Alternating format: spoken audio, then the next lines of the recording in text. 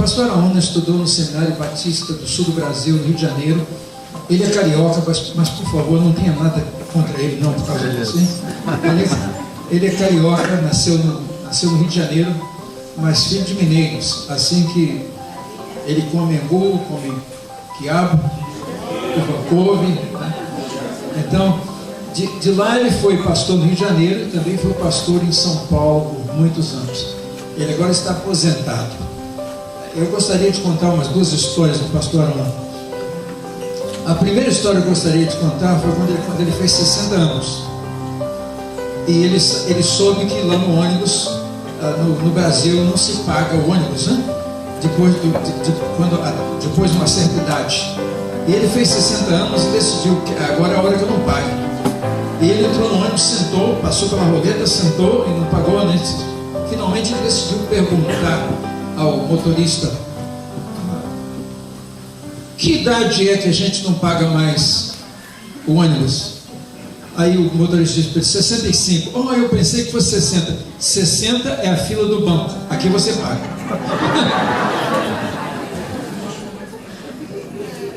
A segunda história que eu gostaria de contar do pastor Araúna é o fato de que este é um homem que conhece a palavra de Deus.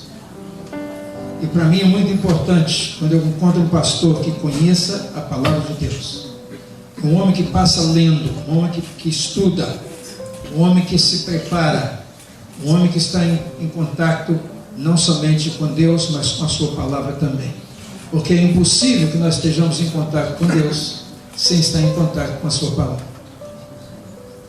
Muitos de nós gostamos de orar, mas não gostamos de ler a palavra. Orar é falar com Deus. A palavra é Deus falando conosco. E essas duas coisas nós temos que desenvolver este hábito. E portanto, o meu prazer é escutar para mim um pregador que Deus tem usado para falar no meu coração. Deus abençoe. Obrigado, pastor Giriel. E eu desculpo pela história dos 60 anos. Mas nós tivemos, irmãos, a alegria, e com a minha esposa, de estar aqui nesta igreja, primeira vez em 95. Depois tivemos 2 vezes mais, mas já faz mais de 15 anos que nós não estamos aqui. Nossa filha mora em Chesapeake, Virgínia, e o nosso filho em Charleston, no caminho do sul. Então, quando a gente vem aqui, a gente fica em Chesapeake, a gente fica lá. Mas hoje, de modo especial, nós viemos acompanhando um grupo, o pastor Jaime, provavelmente o pastor Samuel vai falar sobre isso, um grupo de irmãos que estão se reunindo em Chesapeake, Virginia Beach, Norfolk, na região, no desejo de edificar uma igreja lá nessa região. São brasileiros de Minas, né? E estão participando lá e deverão estar aqui. O pastor Jaider, que é o líder do grupo lá, e nós viemos então acompanhando, tivemos a alegria de poder estar aqui com os irmãos nesta manhã. Meus amados irmãos, eu agradeço a Deus, porque tem colocado no meu coração para falar a esta igreja nesta manhã, sobre um tema, sobre um assunto que tem uma relação direta com o que nós acabamos de presenciar. Nós temos alegria como igreja, como povo de Deus, de ver mais 2 pessoas alcançadas pela graça, manifestar o arrependimento dos seus pecados, manifestar a sua fé em Jesus Cristo, e manifestar no coração o desejo de testemunhar dessa fé primeiro através do batismo. São pessoas que estão começando a vida em Cristo, a vida na igreja, a vida eclesiástica. E Deus falou ao meu coração para falar com os irmãos nesta manhã sobre antes de chegar ao céu. Todos nós desejamos ir para o céu.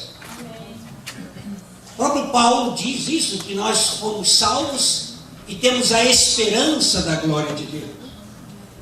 O próprio Paulo disse: tenho desejo de partir para estar com o Senhor. E ele dizia: e é muito melhor.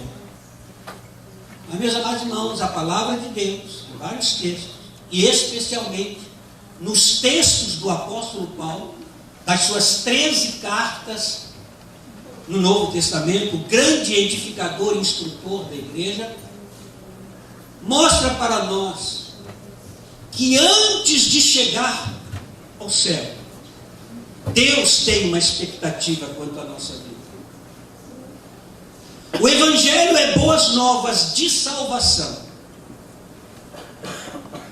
Marcos capítulo 1, verso 14 e 15, diz que quando João foi preso, Jesus foi para a Galileia pregando as boas novas de Deus, ou o Evangelho dele. E ele dizia: arrependei-vos, crede no Evangelho. Marcos capítulo 1, verso 14 e 15. E o pastor destacou na sua celebração de batismo, Mateus 28, que fala de fazer discípulos, batizando-os, mas diz: e ensinando-os a guardar todas as coisas que nos tem ordenado. Pregai o Evangelho.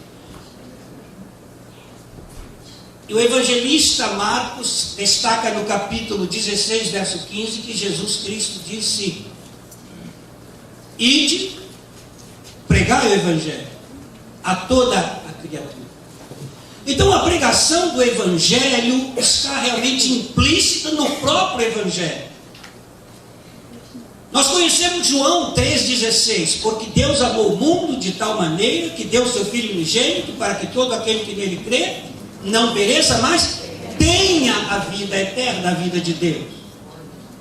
João capítulo 20, verso 30 e 31, diz que exatamente o Evangelho foi escrito para esta finalidade.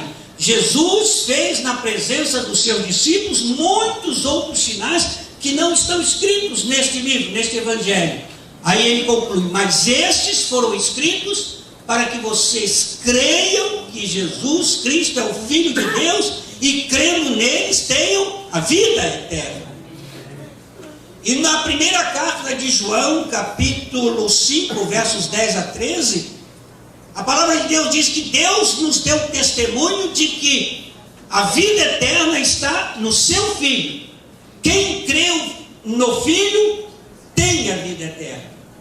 E aí no versículo 13 ele diz: eu escrevi a vocês, agora já eram crentes. O Evangelho de João foi escrito para aqueles que deveriam crer em Cristo.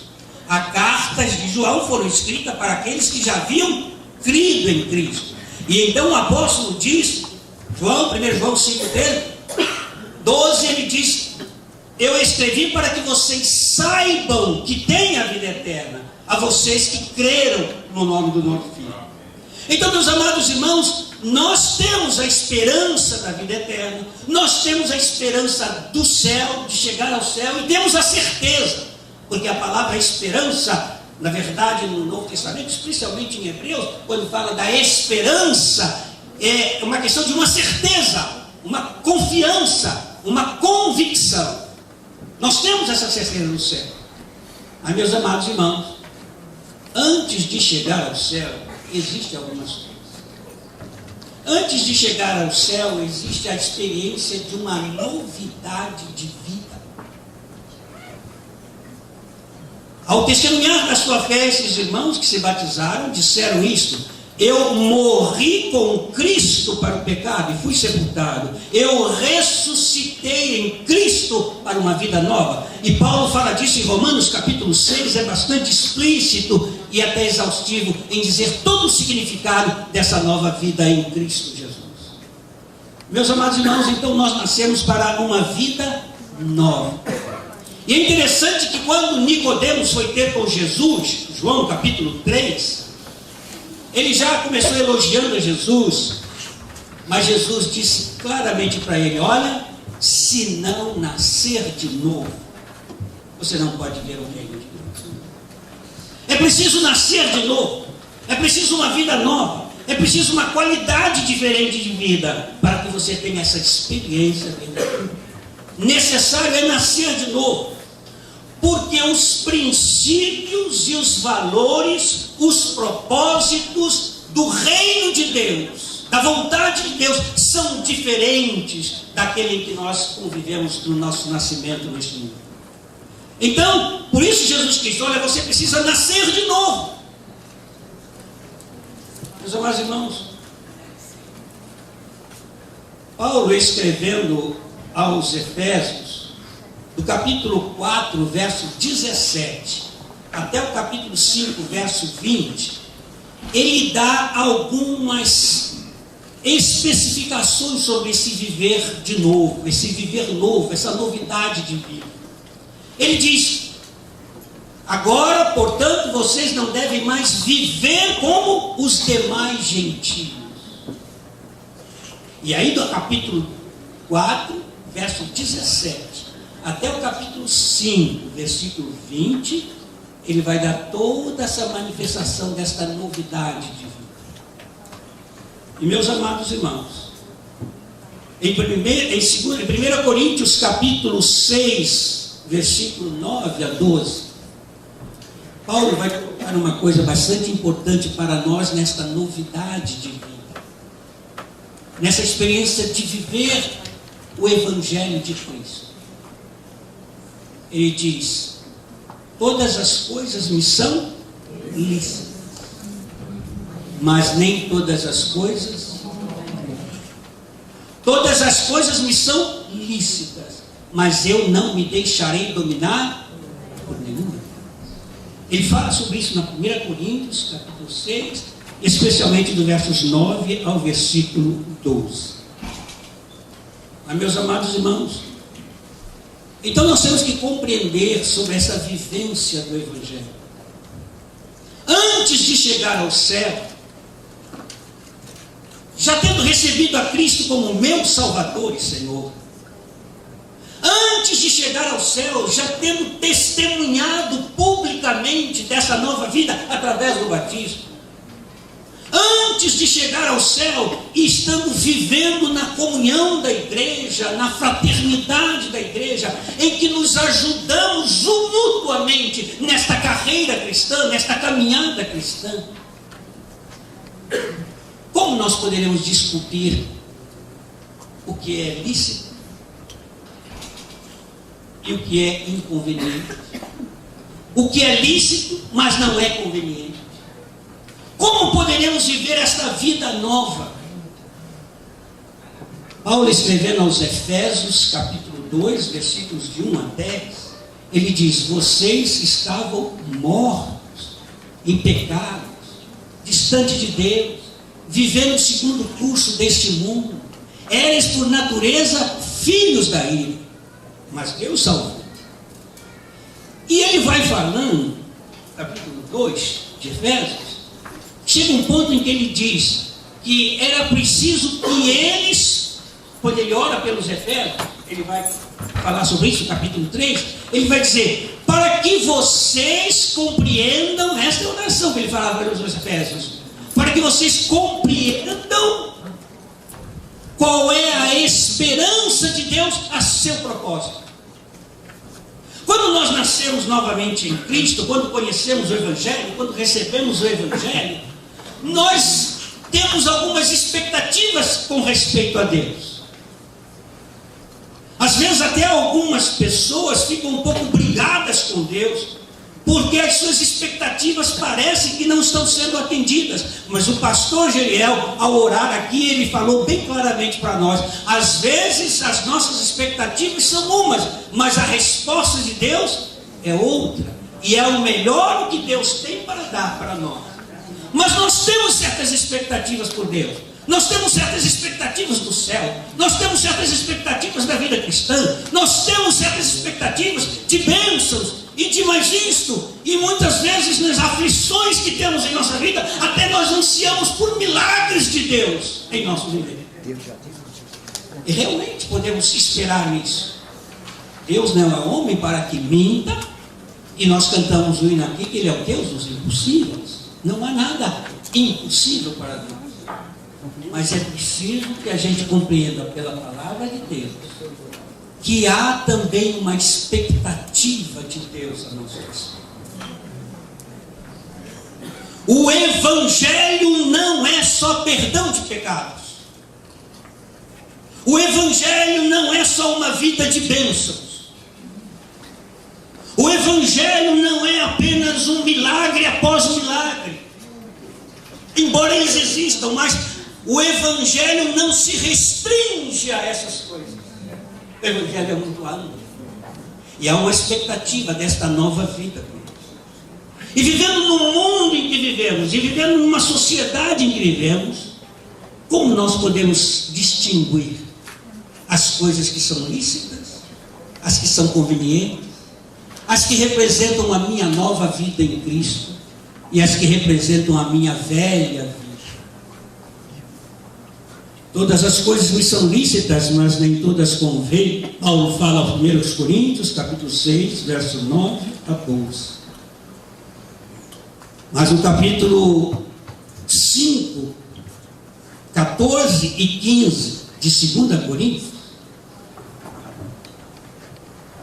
e no 17, capítulo 15 diz que Cristo morreu e ressuscitou para ser Senhor de todos.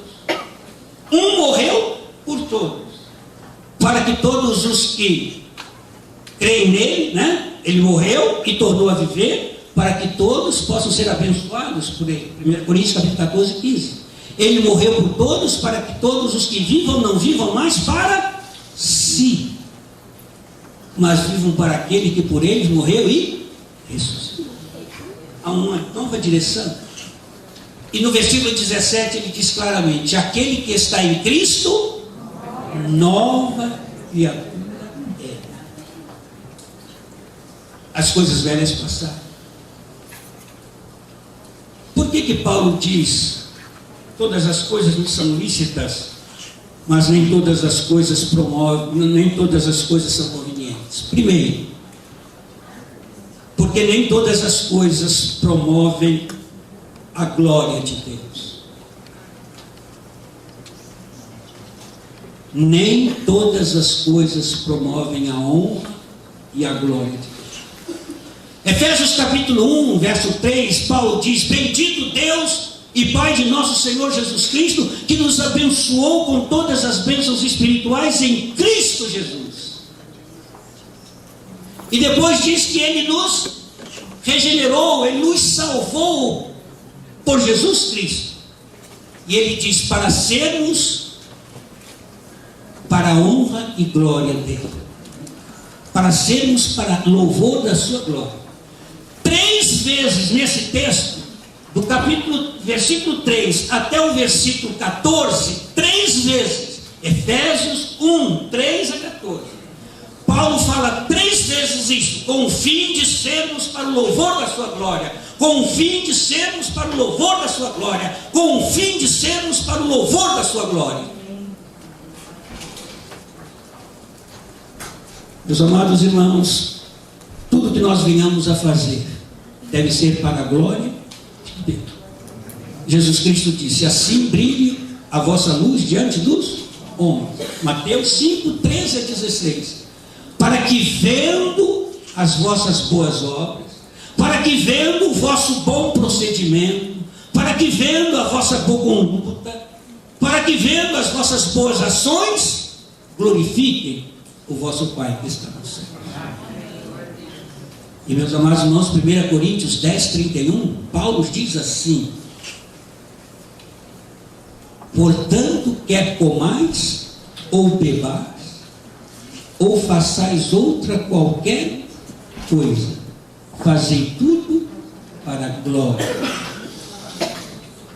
Perceberam, irmãos? Até o nosso comer, até o nosso beber,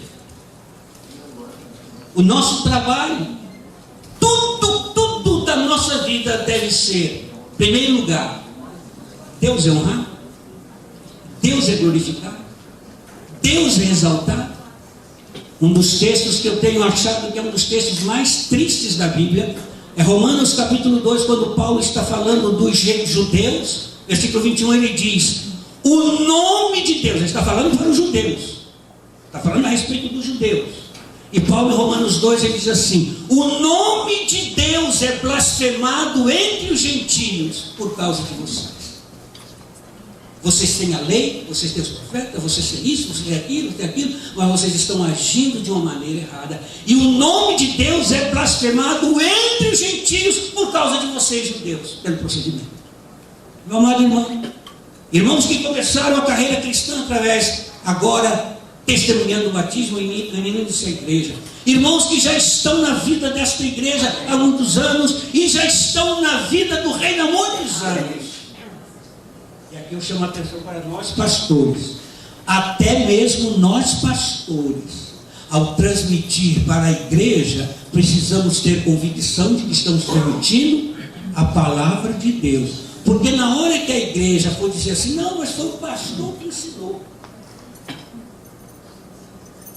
E se a gente tiver ensinado em desacordo com a palavra de Deus, a coisa é séria. Ninguém deve seguir pela cabeça do pastor, mas deve seguir pela cabeça da palavra de Deus. Agora, o pastor, que é pastor, vai seguir pela palavra de Deus, vai levar o povo para a Bíblia, vai examinar a Bíblia. Até Paulo sofreu isso. Paulo chegou a Bereia para pregar o evangelho, e os bereanos receberam dele, e ele pregou. Mas depois que Paulo pregou, diz o texto em Atos capítulo 17, que os bereanos examinavam o Velho Testamento, eles examinavam as Escrituras para ver se as coisas eram assim. Então cada um de nós precisa examinar a palavra de Deus para a sua decisão, para que você tenha convicção e não tenha. Meus amados irmãos, eu vou dizer duas coisas, e não sei se eu vou escandalizar os irmãos, mas é para terminar, e eu vou terminar.